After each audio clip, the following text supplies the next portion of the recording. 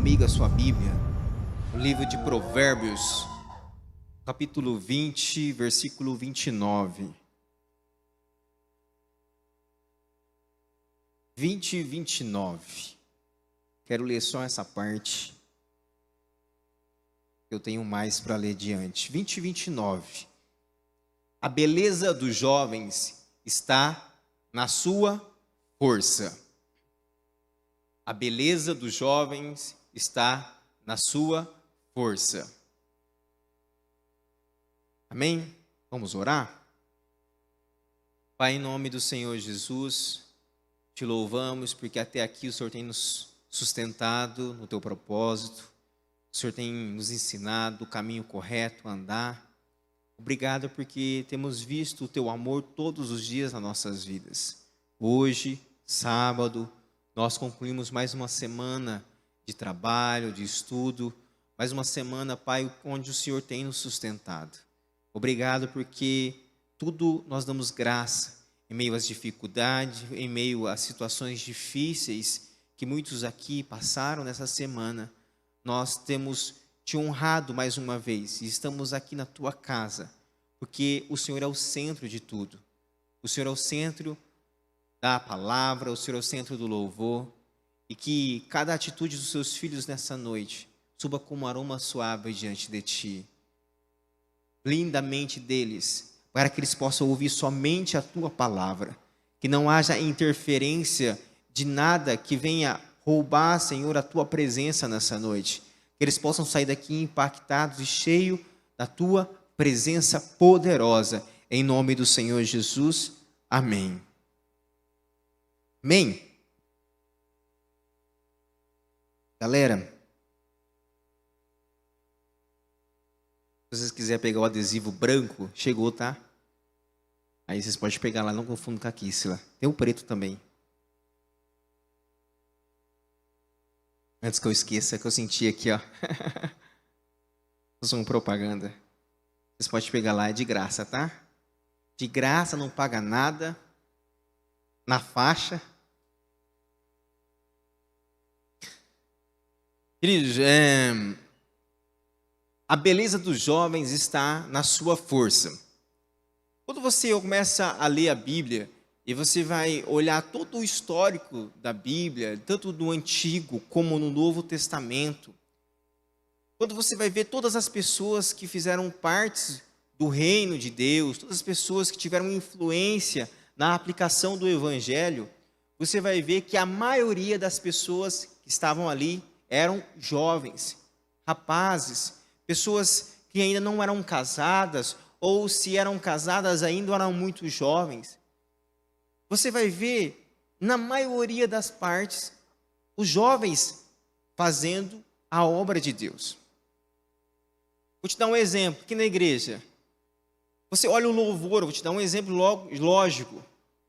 98%, para ser um pouco mais equilibrado, 98% da equipe de louvor são jovens. Hã? Não, dá uma diminuída. Vai que tem alguém aí, né? O restante... não. Ó, a Ariane falou que o Geison entra nessa parte. É Geison. Foi a Ariane que falou. Então você vai ver em várias partes, dentro de uma igreja, por exemplo, que a maioria que está atuante é jovem. Vai fazer um cachorro quente, jovem que ajuda. Vai lavar as cadeiras da igreja, a juventude está mais presente. Não é verdade? Vai cuidar do pátio, a juventude está presente. Então, tudo que nós vamos fazer, a juventude está mais presente. Isso não é de hoje. Isso já era desde a época de Cristo. E Jesus, que não é bobo nem nada, também usou os jovens. Porque os jovens alcançaria no seu vigor muito mais longe. Alcançaria um êxito muito maior. É óbvio que você vai ver várias e outras pessoas também de idades, mas a maioria eram jovens. Na Bíblia, você vai ver homens que se destacaram e homens que cresceram debaixo do propósito, homens que ao longo da vida também se perderam, jovens que a cada ano que passava, ao invés de amadurecer, não ocorreu isso com eles se perderam no propósito. Mas eu quero trazer um exemplo de alguém que era jovem e deixou as coisas do seu dia a dia para servir a Deus, para servir a Jesus. Esse homem chama-se Timóteo. Timóteo, ele era um religioso, a família dele era religiosa. A sua mãe era judia e o seu pai era grego. Mas a ação de Paulo transformou a vida de Timóteo. Timóteo, a Bíblia diz que Timóteo deixa as coisas e começa a trabalhar com Paulo. Qual era o objetivo? Implantar o evangelho na terra. Alguém teve que fazer isso um dia. Veja bem, junto com ele também tinha um homem chamado Tito. Nome bonito para colocar no filho, Tito, né? Tem o Tito Valadão. Antes eu não gostava muito não, depois você começa a acostumar com os nomes, né? Mas eu acho Tito um nome bonito. Você vai ver Timóteo e Tito trabalhando para edificar a igreja. E eu vou dizer uma coisa para vocês, é muito mais fácil você pegar as coisas prontas. O ruim é você começar do zero. Veja bem, você que tem um carro, uma moto, alguma coisa que você ganhou do seu pai, da sua mãe, foi muito mais fácil. Um celular que for, é muito mais fácil você ganhar aquilo do que você ter que trabalhar para construir aquilo. E o evangelho foi construído em cima de dores, de sofrimento, de angústia. Foram ralos e após ralos para poder chegar aonde chegou e ela continua sendo aperfeiçoada. Você pega o exemplo da nossa igreja que tem 27 anos, vai fazer 27 anos esse ano. E nós também, não foi nós que construímos tudo, porque nós somos novos, nós temos só 18 anos, né? Mas os mais velhos, eu estava vendo um vídeo esses dias ali no fundo, no arquivo, da construção aqui do lado, né? Do Marco Jorge, o pessoal tudo muito mais novinho, construindo a igreja, edificando a igreja. Mas aquele pessoal naquela época era jovem. E eles também estavam empenhados. Tinha o José Almeida, tinha o Walter, né? Tantas outras pessoas construindo isso aqui para que hoje a gente chegasse aqui e tivesse as coisas tudo no seu lugar. Ficou mais fácil? Ficou mais fácil. Ah, sim, isso. Quem construiu o templo na época não foi construtora, não foi... Como que é? Não foi ninguém que bancou por fora, né? Foi os irmãos da igreja mesmo que ajudaram a construir, fizeram um mutirão no final de semana e construíram a igreja. Então, Timóteo, queridos, eu vou citar o exemplo dele, eu podia citar vários outros, foi um rapaz que se identificou com Paulo. A Bíblia diz que Paulo considerava Timóteo como um filho genuíno, como um filho na fé dele. Esse era o lema que Timóteo, que Paulo dava a Timóteo. Então, os nossos desafios, eles podem ser exemplificados com um dos exemplos do que Timóteo passava. A Bíblia diz que, na carta de 2 Timóteo, a partir do versículo 1, do capítulo 1, a partir do 5, você vai ver situações onde Paulo começa a enfatizar a importância do ânimo, da força, e que Timóteo deveria ter no meio daquelas situações onde ele estava vindo. Veja bem, quando chega e fala alguma coisa para alguém, você jovem, falar alguma coisa para alguém mais velho, ensinar alguém mais velho, dá a impressão que você não tem tanto peso assim. Eu vejo isso na igreja porque eu sou pastor jovem, eu tenho 33 anos. É difícil você chegar numa pessoa idosa e meio que querer fazer uma orientação. A pessoa não recebe com bons olhos. Por quê? Porque você é jovem ainda, moleque, não viveu nada ainda. Entendeu? Muitas vezes até sendo uma função mais alta na igreja. Pois bem, essa situação estava acontecendo na vida de Timóteo. Como que Timóteo também estava no âmbito de fazer a igreja crescer. Ele era um jovem pastor. Ele estava ali para fazer a igreja crescer. O propósito sempre foi esse. Mas Timóteo estava tendo resistências e mais resistências com relação à sua ministração, com relação aos seus ensinos, com relação à sua autoridade dentro da igreja. E isso travava a igreja. E isso gerou desânimo para Timóteo, porque ele estava lidando com vários problemas. A Bíblia diz, acho que Timóteo 5, 24, eu não marquei, 23, alguma coisa assim. Acho que é 1 Timóteo 5, 23, que Timóteo estava tendo problemas de saúde. Timóteo estava tendo problemas de saúde e que esses problemas e mais outros também geraram desânimo, geraram cansaço em Timóteo. Pois bem, um jovem pastor que deixou a sua família, que deixou os seus sonhos, que deixou o propósito de vida, talvez queria comprar um carro novo, colocar um som, rebaixar, não conseguiu. O jovem queria comprar um iPhone, parcelado em 24 vezes, não conseguiu. Deixou de lado. Queria comprar uma roupa de marca, deixou de lado. Por quê? Porque o propósito era edificar a igreja. Aí você pode dizer para mim, olha, mas ele era pastor, eu não sou. Mas a igreja é o corpo de Cristo. Pois bem, a igreja é o corpo de Cristo. Quem é a igreja? Nós. Então não é só pastor que faz com que a igreja seja o corpo de Cristo. Então todos nós temos responsabilidade em edificar a igreja. Se a igreja é o corpo de Cristo, então nós fazemos parte para que esse corpo permaneça de pé. Quando esse corpo não está bem estruturado, é porque nós estamos falhando. Nós não estamos fazendo aquilo perfeito. Quando nós voltamos na história de Timóteo, você vai ver o contraste, aonde Timóteo tinha várias oportunidades de viver uma vida tranquila, como muitas vezes alguns querem, e como eu quis um dia. Não que a minha não seja tranquila, mas muitas vezes a gente arruma sarna para se coçar. Já ouviu falar disso? Eu poderia ficar tranquilo, eu poderia rebaixar o meu carro, eu poderia colocar um som, comprar uma Saveiro, sentar na carroceria da Saveiro, não é verdade? Você lembra da minha época? Era assim, não sei se existe ainda.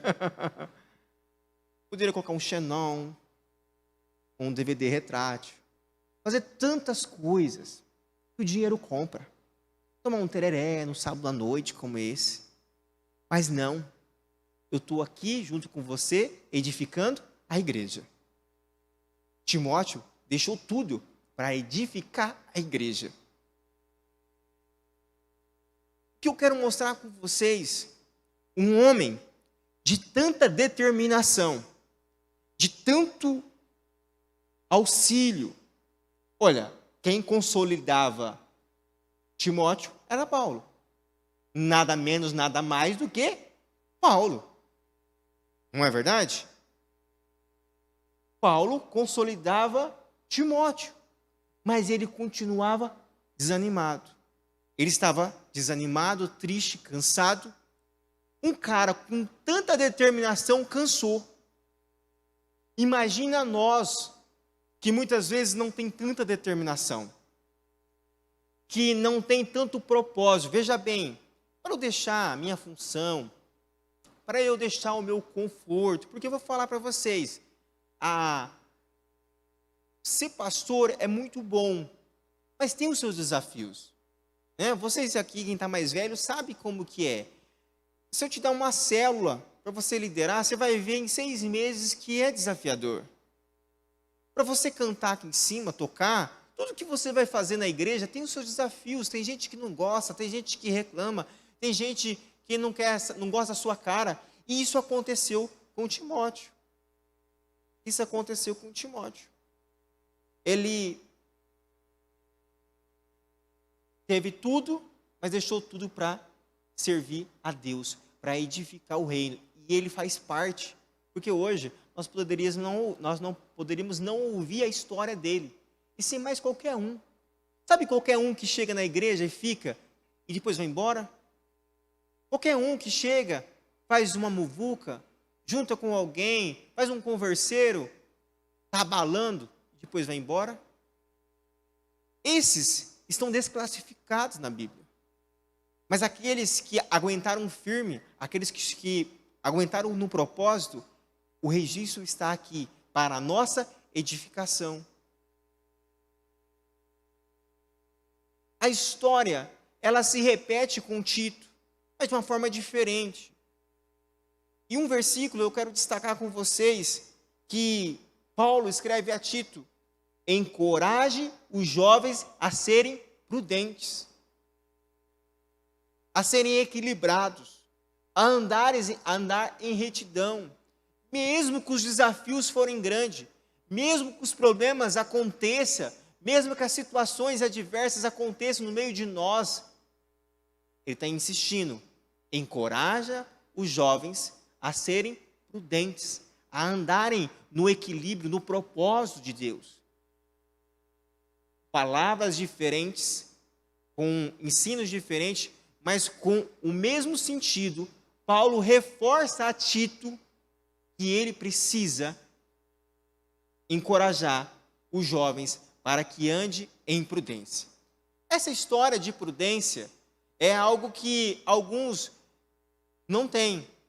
A maturidade faz com que você seja prudente. Talvez no trânsito, talvez nos relacionamentos, talvez no seu dia a dia. Mas a Bíblia está falando de uma prudência diferente. A prudência de relacionamento com Deus, a prudência de viver certo, coerente, correto e íntegro. A prudência de estar sempre preparado, porque um dia a sua hora e a minha hora vai chegar. Quando eu lembro de prudência, estava escrevendo essa história, escrevendo essa palavra, e eu lembrei de uma das passagens, e eu quero ler com vocês. Quem pode abrir comigo? Eu não coloquei. Mateus 25, a partir do versículo 1. Mateus 25, versículo 1.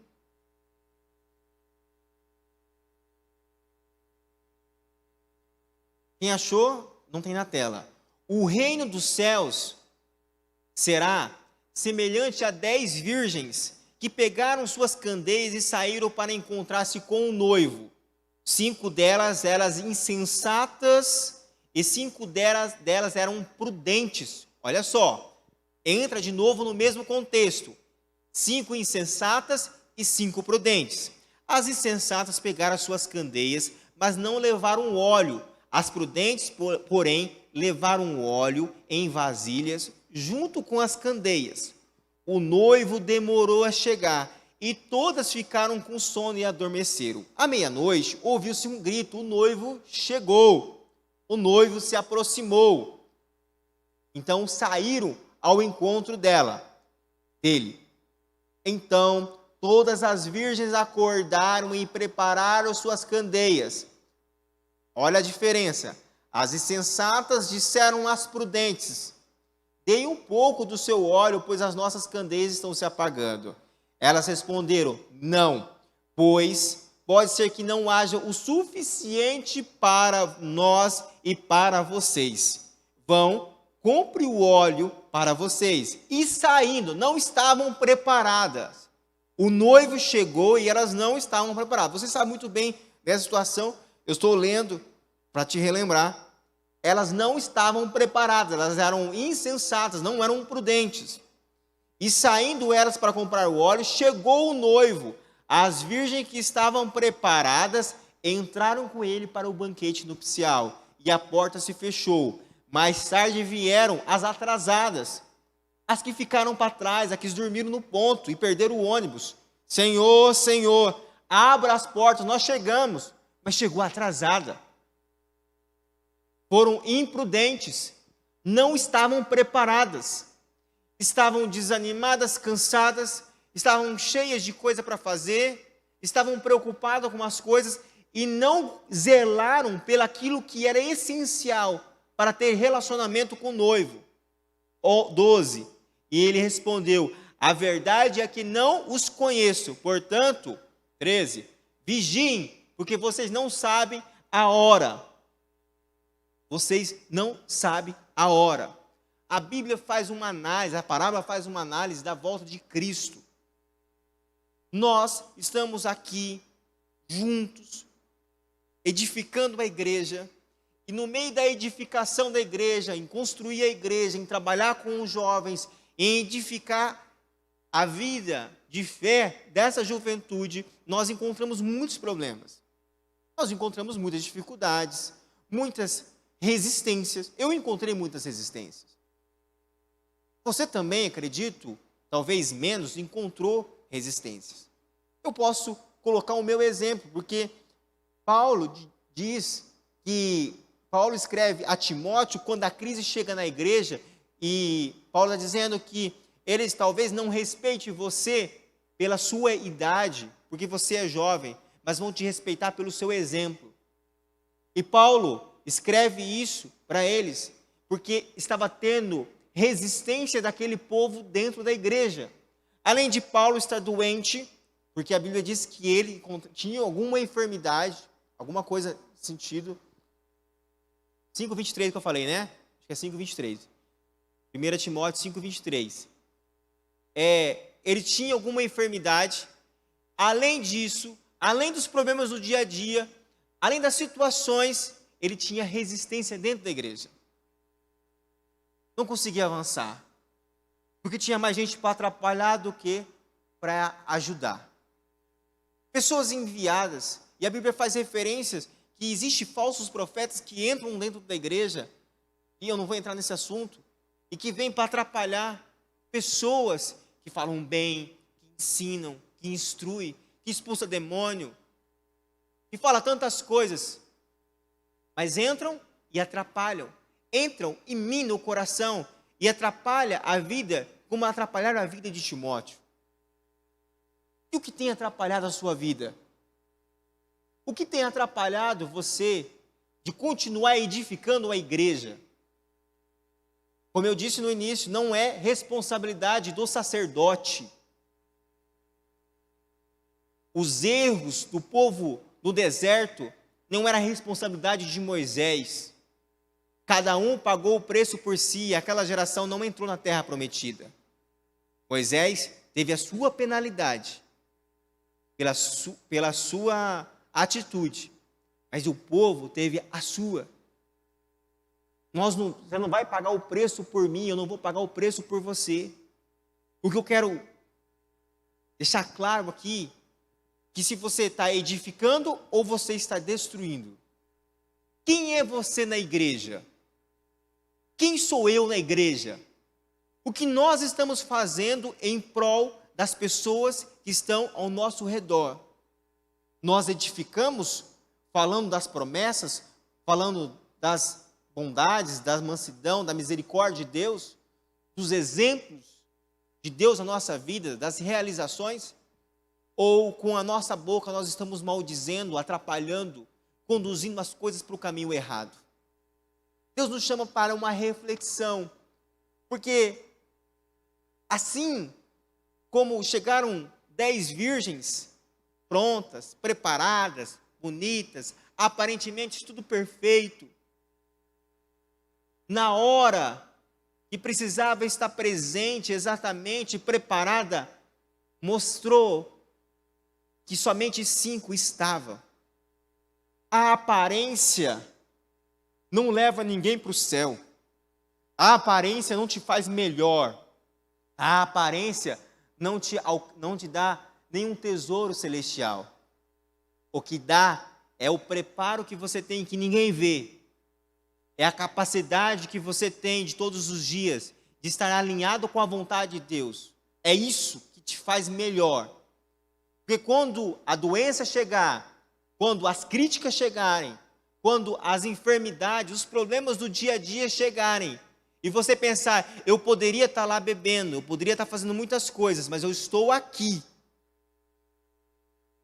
Eu estou aqui, porque eu sei quem eu tenho servido. Essa é a diferença, jovem, que você precisa ter hoje, essa reflexão. Porque vir para a igreja, muitos já vieram, muitos já entraram, cantaram, pularam, se divertiram. mas muitos foram embora. Poucos permaneceram. E para se vencer uma corrida, o título é somente no final. Na largada, todo mundo sai junto, todo mundo sai bonito, perfeito, alinhado. Mas é no final que você pode chegar cansado, esgotado, abatido, mas você chegou. E aí você é considerado o vitorioso. Porque Jesus não foi fácil. Pega o histórico que Jesus passou. Fez muitas coisas. Qual foi o fim dele? A cruz. A angústia, talvez, que Timóteo sentia, Jesus também sentiu. A zombaria que talvez Timóteo sentiu, Jesus também sentiu. Todos de nós já fomos humilhados. Eu acho que você tem alguma outra situação. Talvez na sua casa, na sua família. Talvez um dia você chegou desanimado. Eu vou desistir, eu acho que é a hora de ir beber. Beber, cair e levantar. É isso? Acho que eu vou voltar. Beber, cair e levantar. Tem muitos que dizem isso. A hora de beber, cair e levantar. É a hora de ser feliz. Você acha que Tiago, você acha que Timóteo não pensou nisso? Você acha que o desaforo? Porque ou ele não era normal. Porque eu já vou disfrutar o pau da barraca aqui já.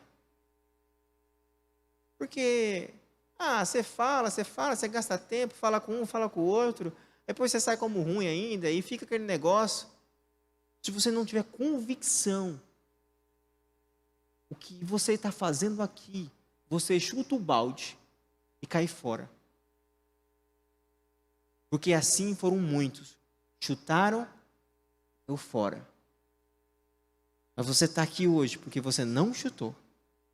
Porque você entendeu que Deus quer algo mais para você.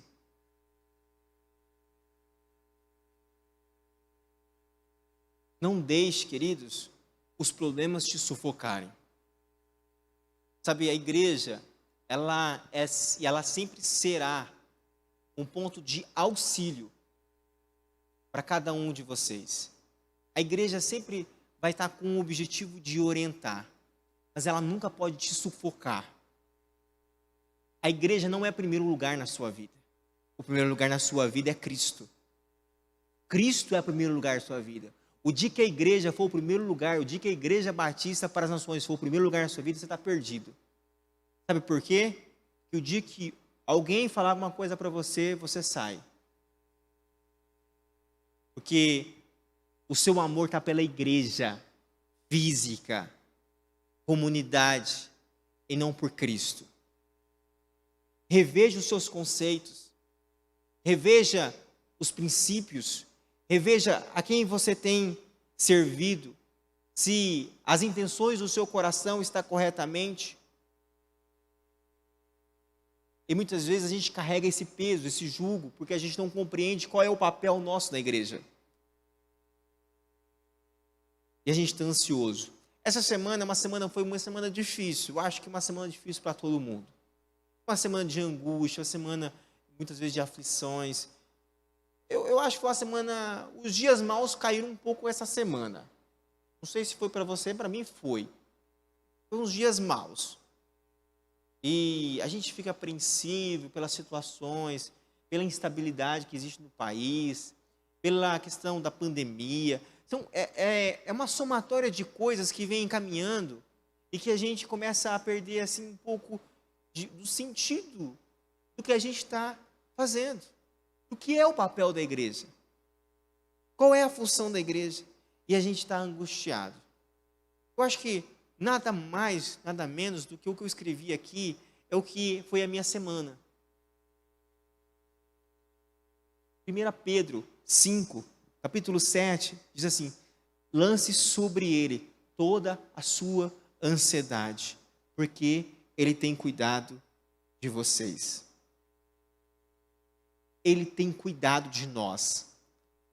Ele tem cuidado da minha casa, Ele tem cuidado do meu futuro. Lance sobre Ele toda a vossa ansiedade, as nossas insatisfações, os nossos desânimos, as nossas preocupações. O que vai ser o dia de amanhã? Para alguns, a única preocupação agora é casar. A economia está ruim, está tudo instável, né? Não temos segurança jurídica, não temos saúde perfeita. Mas para alguns, estão buscando coisas isoladas e andam ansiosos. Não andeis ansiosos por coisa alguma, porque Ele tem cuidado de nós. Quando eu comecei a escrever sobre isso, eu escrevendo, veio a palavra, Ele nunca esqueceu de você. Ei, Ele nunca esqueceu de você. Essa palavra surgiu no meu coração. Ele nunca esqueceu de você. Um amigo pode esquecer, uma mãe pode esquecer, um pai pode esquecer. Mas o que a Bíblia está dizendo é que Ele nunca esqueceu de nós. Ainda que uma mãe se esqueça dos seus filhos, eu jamais esquecerei de ti. Ele nunca esqueceu de nós. Jeremias 29, 11. Diz assim, porque, não tem aí. Porque sou eu que conheço os planos que tenho para vocês, diz o Senhor. Sabe, amados, a gente faz tantos planos. Eu queria casar com 21 anos. Se eu tivesse casado com 21 anos, tinha quebrado a cara. Estava separado. Porque hoje, eu casei com 26, eu sou tão imaturo. Quem é casado sabe como que a gente tem tanta imaturidade. Você vai casar com 40 anos, você vai ser imaturo ainda. Porque tem experiência que só quando você passa por ela. Você só aprende no casamento. Mesma forma que coisa que você só passa por ela no ambiente de trabalho, você só aprende no trabalho. E amanhã eu vou pregar sobre isso na igreja. Sobre esse período que a gente passa de escola, de dificuldade e que nos molda para o futuro. Mas hoje eu quero falar sobre isso. Concluir já. Ele não se esquece de nós. Mesmo os desafios sendo grandes, mesmo as nossas preocupações tomando o maior tempo da nossa vida, muitas vezes as coisas da terra ocupam o nosso coração, a gente não percebe, porque a gente quer fazer as coisas de um lado, quer correr para o outro, e a gente não dá conta.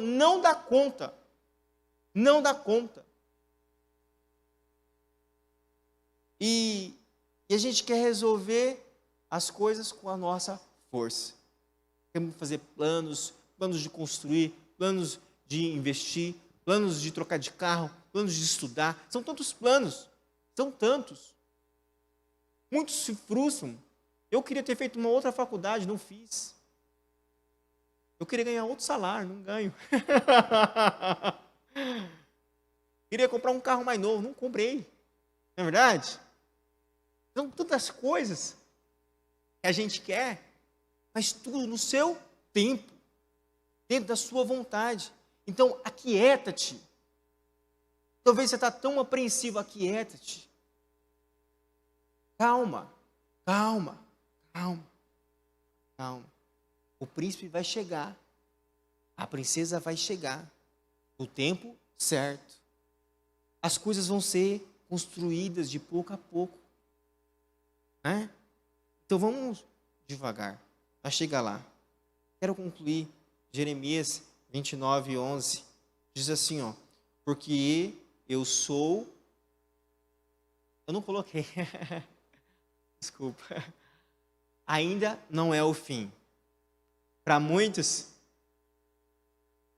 a namorada terminou, acabou minha vida. O carro fundiu o motor, meu Deus, estou lascado. Reprovei na faculdade. Na faculdade, a primeira prova que eu fiz na faculdade, de contabilidade, eu tirei 2. Cara, 2 na prova, meu Deus do céu, 2! Mas depois eu tirei 8 e 10. Substituí. É só querer fazer um pouquinho mais de esforço. Sou meio preguiçoso, entendeu? Sabe o preguiçoso de estudar? 2. E o pior é que eu estava pagando, cara. Você tira 2 na escola, você tá beleza, mas eu tirei 2 na faculdade pagando. Tive que pagar a prova substitutiva. Mas tirei 10, tá vendo como que é? É só querer estudar. Se eu tivesse desistido, eu falei, agora eu desisti. Vai na faculdade para você ver até a primeira prova do ano. Na Unigran, eu fiz na Unigran. Mas até você chegar na primeira prova do ano, quando o povo é aquela leira assim, né? Já cai metade da faculdade, diminui metade. Verdade. Não é para mim isso não dou conta não. Deixa eu terminar esse capítulo que eu não consigo. Jeremias 29:11. Porque sou eu que conheço os planos que tenho para vocês, diz o Senhor. Planos de fazê-lo prosperar e de não lhe causar dano, sofrimento. A nossa prosperidade não pode trazer sofrimento. O nosso casamento não pode trazer sofrimento. O nosso relacionamento não pode. Não está dizendo só dinheiro. Está dizendo uma vida próspera. E prosperidade não está relacionada somente a dinheiro, mas tem abundância em tudo. Planos de dar a vocês esperança e um futuro. Então, vocês clamarão a mim, virão orar a mim e eu ouvirei. Como é bom você falar com alguém. Como é bom você falar com alguém e ela te dá atenção. Tem vezes que você fala com as pessoas, elas viram as costas. Um dia eu falei com um jovem aqui, fui corrigir, ele virou as costas e foi embora. Lembro até hoje. Eu falo, não é assim, você está errado. Ele virou as costas e foi embora. Não, mas deixa eu acabar de falar. Ele foi indo, foi embora. É ruim você falar com as pessoas que não querem te ouvir. Mas a palavra está dizendo, então vocês clamarão a mim, virão orar a mim e eu os ouvirei. Vocês me procurarão e me acharão e me procurarão de todo o coração. E ele conclui, e eu deixarei ser encontrado por vocês, declara o Senhor. Há uma receptividade, há um nível diferente de amizade, de relacionamento,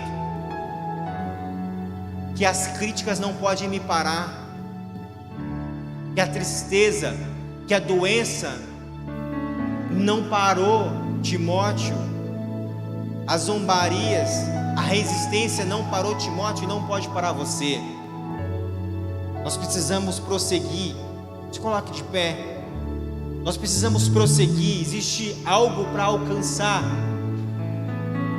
Eu preciso edificar a igreja. Ei, jovem, nós precisamos edificar a igreja. Está muito além de um culto de sábado. Edificar a igreja é levar o evangelho como exemplo dos nossos familiares, dos nossos amigos. Lá na escola que você vai, uma semana sim, uma semana não, é lá mesmo. Você consegue fazer a diferença.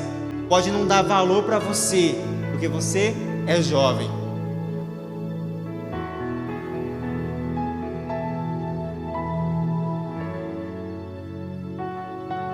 Pode não dar valor para você, porque você é jovem.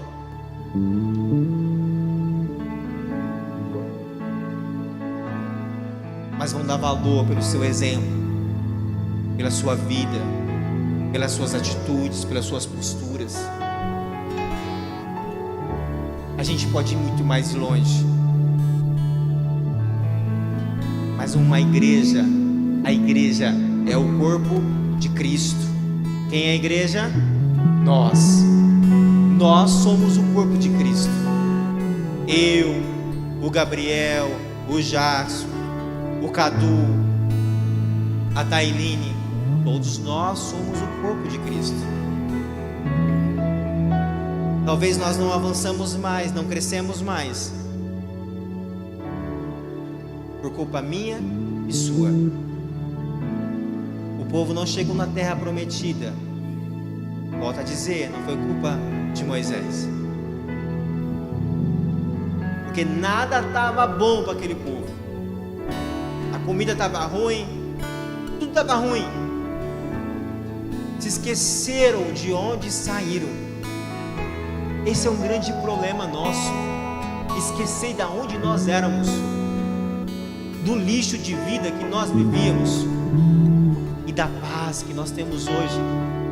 Pode estar difícil, porque no deserto a noite é fria, muito fria, e o dia é muito quente, é desconfortável. Mas Ele esteve presente em todos os instantes, e Ele está presente conosco. Ele está esperando você buscar Ele. Eu estou pronto para ouvir.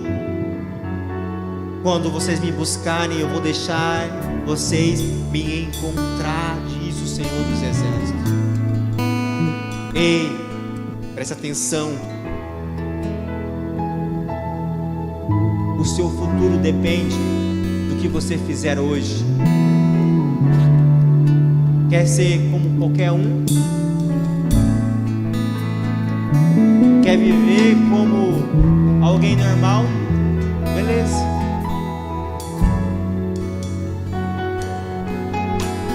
Mas Ele tem um plano para cada um de nós. Ele quer encontrar a gente.